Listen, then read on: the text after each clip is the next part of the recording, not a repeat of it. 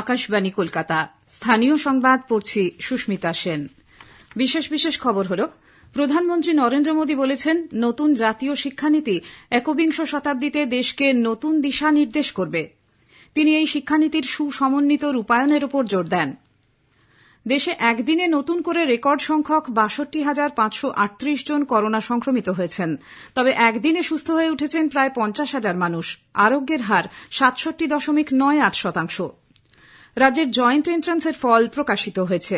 প্রথম হয়েছেন দেওঘর রামকৃষ্ণ মিশন বিদ্যাপীঠের ছাত্র সৌরদীপ দাস। আজ জাতীয় হস্তচালিত তাঁত দিবস। প্রধানমন্ত্রী এই উপলক্ষে তাঁত ও কুটির শিল্পের সঙ্গে সংশ্লিষ্ট সকলকে অভিনন্দন জানিয়েছেন। করোনা আবহে সামাজিক দূরত্বের শৃঙ্খলে আজ ২২শে শ্রাবণ কবিগুরুর প্রয়াণ দিবসে ভার্চুয়াল অনুষ্ঠানের মাধ্যমে তাঁর প্রতি শ্রদ্ধা জ্ঞাপন করা হচ্ছে। আসছে বিস্তারিত খবরে। প্রধানমন্ত্রী নরেন্দ্র মোদী বলেছেন, নতুন জাতীয় শিক্ষানীতি ২১ শতকের ভারতবর্ষের চাহিদাকে সামনে রেখে উন্নয়নের নতুন শিখর ছোঁয়ার লক্ষ্যেই তৈরি হয়েছে। ছাত্রছাত্রীদের কাছে তা নতুন দিগন্ত খুলে দেবে। বিশ্ববিদ্যালয় মঞ্জুরি কমিশন ইউজিসি আয়োজিত জাতীয় শিক্ষানীতিতে উচ্চশিক্ষায় রূপান্তরগত সংস্কার শীর্ষক এক ভার্চুয়াল আলোচনাচক্রে আজ তার ভাষণে প্রধানমন্ত্রী বলেন, জাতীয় শিক্ষানীতি একবিংশ শতাব্দীতে দেশকে নতুন দিশা নির্দেশ করবে। এই শিক্ষানীতি নিয়ে দেশ জুড়ে যে বিতর্ক চলছে, শ্রী মোদী তাকেও স্বাগত জানান। তিনি এই শিক্ষানীতির সুসমন্বিত রূপায়ণের উপর জোর দেন। শিক্ষা ব্যবস্থাকে বিশ্বমানের উপযোগী করে গড়ে তোলার উপর গুরুত্ব দিয়ে তিনি ছাত্র ও যুবাদের উদ্দেশ্যে বলেন, দেশের মূল ভাবনাকে ভুলে গেলে চলবে না। এ ব্যাপারে তিনি মাতৃভাষার মাধ্যমে শিক্ষার প্রয়োজনীয়তার কথা তুলে ধরে বলেন, পড়ুয়ারা এর ফলে উপকৃত হবেন। শুধুমাত্র সরকারি নির্দেশিকা জারি করে নতুন শিক্ষানীতি কার্যকর করা যাবে না। এর জন্য প্রয়োজন মানসিক প্রস্তুতির মাধ্যমে প্রযুক্তি ও প্রতিভার মেলবন্ধন ঘটানো। প্রধানমন্ত্রী বলেন, উচ্চশিক্ষা প্রতিষ্ঠানগুলি বাড়তি ক্ষমতা পাবে নতুন শিক্ষানীতিতে। যুব সমাজের ক্ষমতায়ন নিশ্চিত হবে, তাদের একই পেশায় সারা জীবন আটকে থাকতে হবে না বলে তিনি মন্তব্য করেন। রবীন্দ্রনাথ ঠাকুরের প্রয়াণ দিবসের কথা উল্লেখ করে শ্রী মোদী বলেন, উচ্চশিক্ষা শুধু আমাদের জ্ঞানার্জনের সহায়ক নয়, নিজেদের অস্তিত্ব উপলব্ধিতে তা সাহায্য করে। আজ गुरुवर रविंद्रनाथ ठाकुर की पुण्यतिथि भी है। वो कहते थे, उच्चतम शिक्षा वो है जो हमें सिर्फ जानकारी नहीं देती, बल्कि हमारे जीवन को समस्त अस्तित्व के साथ सद्भाव में लाती है। निश्चित तौर पर राष्ट्रीय शिक्षा नीति का बृहद लक्ष्य इसी से जुड़ा है। নতুন শিক্ষানীতিতে জোর দেওয়া হয়েছে অনুসন্ধান, আলোচনা ও বিশ্লেষণ নির্ভর শিক্ষার উপর। প্রধানমন্ত্রী বলেন, অতীতের শিক্ষানীতিতে কি ভাবতে হবে সে বিষয়টি গুরুত্ব পেয়েছিল। নতুন নীতি গুরুত্ব দিয়েছে কিভাবে ভাবতে হবে তার উপরে। अभी तक जो हमारी शिक्षा व्यवस्था है उसमें व्हाट टू थिंक पर फोकस रहा है, जबकि इस शिक्षा नीति में हाउ टू थिंक उस पर बल दिया जा रहा है। ये मैं इसलिए कह रहा हूं कि आज जिस दौर में हम, और ये दौर ऐसा है जहां इंफॉर्मेशन और कंटेंट की कोई कमी नहीं है, जरूरी ये है कि कौन सी जानकारी हासिल करनी है, क्या पढ़ना है। इस बात को ध्यान में रखकर ही राष्ट्रीय शिक्षा नीति में प्रयास किया गया है कि जो पढ़ाई के लिए लंबा चौड़ा सिलेबस होता है, ढेर सारी किताबें होती हैं, उसकी अनिवार्यता को कम किया जाए। শ্রী মোদী প্রাক্তন রাষ্ট্রপতি ডক্টর এপিজে আব্দুল কালামের বক্তব্য তুলে ধরে বলেন, শিক্ষার মূল উদ্দেশ্যই প্রকৃত মানুষ হয়ে ওঠা। নতুন শিক্ষানীতিতে শিক্ষকেরা পড়ুয়াদের সেই শিক্ষালাভে উৎসাহিত করবেন। দেশে কোভিড-19 সংক্রমণ থেকে সেরে উঠেছেন 13.5 লক্ষের বেশি মানুষ। একদিনে সুস্থ হয়েছেন ৪৯,৭৬৯ জন। এ নিয়ে সুস্থ হলেন মোট ১৩,৭৮,১০৫ জন। আরোগ্যের হার বেড়ে দাঁড়াল ৬৭.৯৮%। এদিকে ২৪ ঘণ্টায় দেশে নতুন করে ৬২,৫৩৮ জন সংক্রমিত হয়েছেন বলে কেন্দ্রীয় স্বাস্থ্য পরিবার কল্যাণ মন্ত্রক আজ জানিয়েছে। একদিনে সংক্রমণে এ পর্যন্ত এটাই সর্বাধিক সংখ্যা। এর ফলে মোট সংক্রমিতের সংখ্যা ২০ লক্ষের গণ্ডি ছাড়াল। বর্তমানে দেশে চিকিৎসাধীন রোগীর সংখ্যা ৬,৭,৩৮৪। একদিনে কোভিড সংক্রমণে মৃত্যু হয়েছে ৮৮৬ জনের। ফলে মৃতের সংখ্যা দাঁড়াল ৪১,৫৮৫। সংক্রমণে মৃত্যুর হার আরও কমে হল ২.০৫%। উত্তর ২৪ পরগনার পানিহাটির ঘোলা মাতৃসদনটি আজ থেকে সেফ হাউস হিসেবে চালু হল। করোনা আক্রান্ত উপসর্গহীন বা মৃদু উপসর্গযুক্তদের রাখার জন্য পানিহাটি পুরসভার উদ্যোগে এই সেফ হোম তৈরি করা হয়েছে। প্রাথমিক পর্যায়ে ২২টি শয্যা দিয়ে এই সেফ হোম চালু হয়েছে। উত্তর ২৪ পরগনার পানিহাটি পৌরসভার প্রশাসক এবং প্রাক্তন চেয়ারম্যান স্বপন ঘোষ প্রয়াত হয়েছেন। করোনায় সংক্রমিত হয়ে তিনি কলকাতার একটি বেসরকারি হাসপাতালে ভর্তি ছিলেন। আজ ভোর রাতে সেখানেই তার মৃত্যু হয়। উত্তর শহরতলির বাগুইহাটি থানা এলাকায় কেষ্টপুরের সমরপল্লীতে ৭৫ বছর বয়সী এক করোনা আক্রান্ত বৃদ্ধার মৃতদেহ বাড়িতে প্রায় ১৬ ঘণ্টা পড়ে থাকে।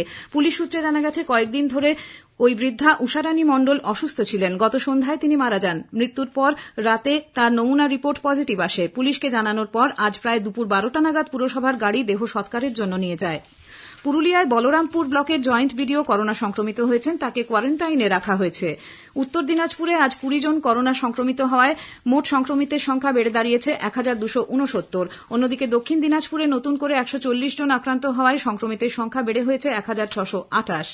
হুগলি জেলায় এ পর্যন্ত মৃত্যু হয়েছে ৬৩ জন করোনা আক্রান্তের। বর্তমানে আক্রান্তের সংখ্যা দাঁড়িয়েছে ৩,৭০০-র কিছু বেশি। এর মধ্যে ২,১০০ জন সুস্থ হয়ে বাড়ি ফিরেছেন। করোনা সংক্রমণ হার কমাতে আগামীকাল রাজ্যে ফের সম্পূর্ণ লকডাউন পালন করা হবে। সরকারের নির্ধারিত নির্দেশিকা অনুযায়ী জরুরি পরিষেবা বাদে আগামীকাল সমস্ত রকম সরকারি বেসরকারি দপ্তর, শিল্প প্রতিষ্ঠান, দোকানপাট, বাজার বন্ধ থাকবে, যানবাহন চলাচলও করবে না। স্থানীয় সংবাদ শুনছেন আকাশবাণী কলকাতা কেন্দ্র থেকে। রাজ্যের জয়েন্ট এন্ট্রান্সের ফল প্রকাশিত হয়েছে। এবছর প্রথম হয়েছেন রামকৃষ্ণ মিশন বিদ্যাপীঠ দেওঘরের ছাত্র সৌরদীপ দাস, দ্বিতীয় দুর্গাপুরের ডিএভি মডেল স্কুলের ছাত্র শুভম ঘোষ, তৃতীয় তথা মেয়েদের মধ্যে প্রথম স্থান অধিকার করেছেন ডিপিএস রুবি পার্কের ছাত্রী শ্রীমন্তী দে, চতুর্থ স্থানে রয়েছেন সাউথ পয়েন্ট হাই স্কুলের ছাত্র উৎসব বসু, দুর্গাপুরের ডিএভি মডেল স্কুলের ছাত্র পূর্ণেন্দু সেন রয়েছেন পঞ্চম স্থানে। আজ দুপুর ১টায় ভার্চুয়াল বৈঠকে ফল ঘোষণা করা হয়। এবারের রাজ্য জয়েন্ট এন্ট্রান্স পরীক্ষায় প্রথম উত্তর দিনাজপুরের রায়গঞ্জ শহরের অশোকপল্লী এলাকার সৌরদীপ দাস স্থানীয় সারদা বিদ্যামন্দির থেকে মাধ্যমিক পাশ করে তিনি দেওঘর রামকৃষ্ণ মিশন থেকে উচ্চ মাধ্যমিক পরীক্ষা দেন। ভবিষ্যতে বিজ্ঞানী হয়ে দেশের মানুষের কল্যাণে সৌরদীপ কিছু আবিষ্কার করতে চায়। এত ভালোভাবে আশা করিনি, খুশি লাগছে। আগামীতে কি হতে চাও? সায়েন্টিস্ট, দেশের জন্য একটা কিছু নতুন আবিষ্কার করবো। আজ জাতীয় হস্তচালিত তাঁত দিবস। প্রধানমন্ত্রী এই উপলক্ষে তাঁত এবং কুটির শিল্পের সঙ্গে সংশ্লিষ্ট সকলকে অভিনন্দন জানিয়েছেন। দেশজ শিল্প রক্ষায় এগিয়ে আসার জন্য প্রধানমন্ত্রী সকলের প্রতি আহ্বান জানান। এক টুইট বার্তায় শ্রী মোদী দেশের মানুষের কাছে আত্মনির্ভর ভারতের ভাবনাকে শক্তিশালী করতে হস্তশিল্পের গুরুত্বের উপর জোর দিতে বলেছেন। নদিয়ার তাঁত শিল্পের সুনাম জগৎজোড়া। এখানকার হস্তচালিত তাঁতের কাপড় দেশ বিদেশে আজও সমাদৃত। হস্তচালিত তাঁত শিল্পী সরস্বতী সরকারের নাম এবার জাতীয় পুরস্কারের জন্য ঘোষিত হয়েছে। নাম ঘোষণা হওয়ায় স্বভাবতই খুশি সরস্বতী। তাঁত বোনা শিখে যে পেটের জন্য কাজ করতাম, এবার এই জন্য যে এত বড় একটা সম্মান পাবো আমি ভাবতেও পারিনি। এদিকে হস্তচালিত তাঁত শিল্পের অগ্রগতির জন্য কেন্দ্রীয় সরকার নানাবিধ প্রকল্প হাতে নিয়েছে। কেন্দ্রীয় সরকারের অর্থানুকূল্যে ক্লাস্টারের মাধ্যমে তাঁত শিল্পীদের জন্য গড়া হচ্ছে বিশেষ শিল্প ছাউনি। এই সুবিধা পেয়ে ধুবুলিয়া ব্লকের বেলপুকুর গ্রাম পঞ্চায়েতের রাজাপুর গ্রামের প্রভাস মণ্ডল জানালেন, কাঁথা ঘর ছিল আমার, বর্ষাকালে বুনতে খুব অসুবিধা ছিল, ক্লাস্টার আমার ঘর করে দিয়েছে, আমার এখন তাঁত বুনতে কোনো আমার অসুবিধা হয় না। আজ ২২শে শ্রাবণ, কবিগুরু রবীন্দ্রনাথ ঠাকুরের প্রয়াণ দিবস। করোনা আবহে এবছর সামাজিক দূরত্ব মেনে ভার্চুয়াল অনুষ্ঠানের মাধ্যমে চলছে বিশ্বকবির প্রতি শ্রদ্ধা জ্ঞাপন। শান্তিনিকেতনে আজ বিশ্বকবির প্রয়াণ দিবস ভাবগম্ভীর পরিবেশে অনুষ্ঠিত হয়। আজ ২২শে শ্রাবণ, কবিগুরুকে তার কথায় গানে স্মরণ করা হচ্ছে সারা দেশ জুড়ে। শান্তিনিকেতনে কাঁচ মন্দিরে করোনা আবহে সমস্ত নিয়ম বিধি মেনেই ব্রহ্মা উপাসনার মধ্য দিয়ে স্মরণ করা হলো কবিগুরুকে।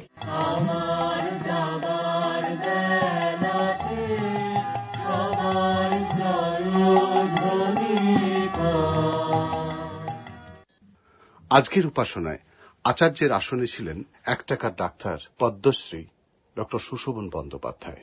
মহর্ষির ভাবনায় অনুকূল্যে যার সূচনা সেই শান্তিনিকেতনের পূর্ণতা পায় পুত্র রবীন্দ্রনাথের জীবনব্যাপী কর্মপ্রয়াসে। ২টো থেকে লকডাউন, তাই আম্রকুঞ্জে ২টোর আগেই রোপণ করা হলো বৃক্ষ, যা বৃক্ষরোপণ নামেই পরিচিত। শান্তিনিকেতন থেকে চন্দ্রনাথ বন্দ্যোপাধ্যায়, আকাশবাণী সংবাদ।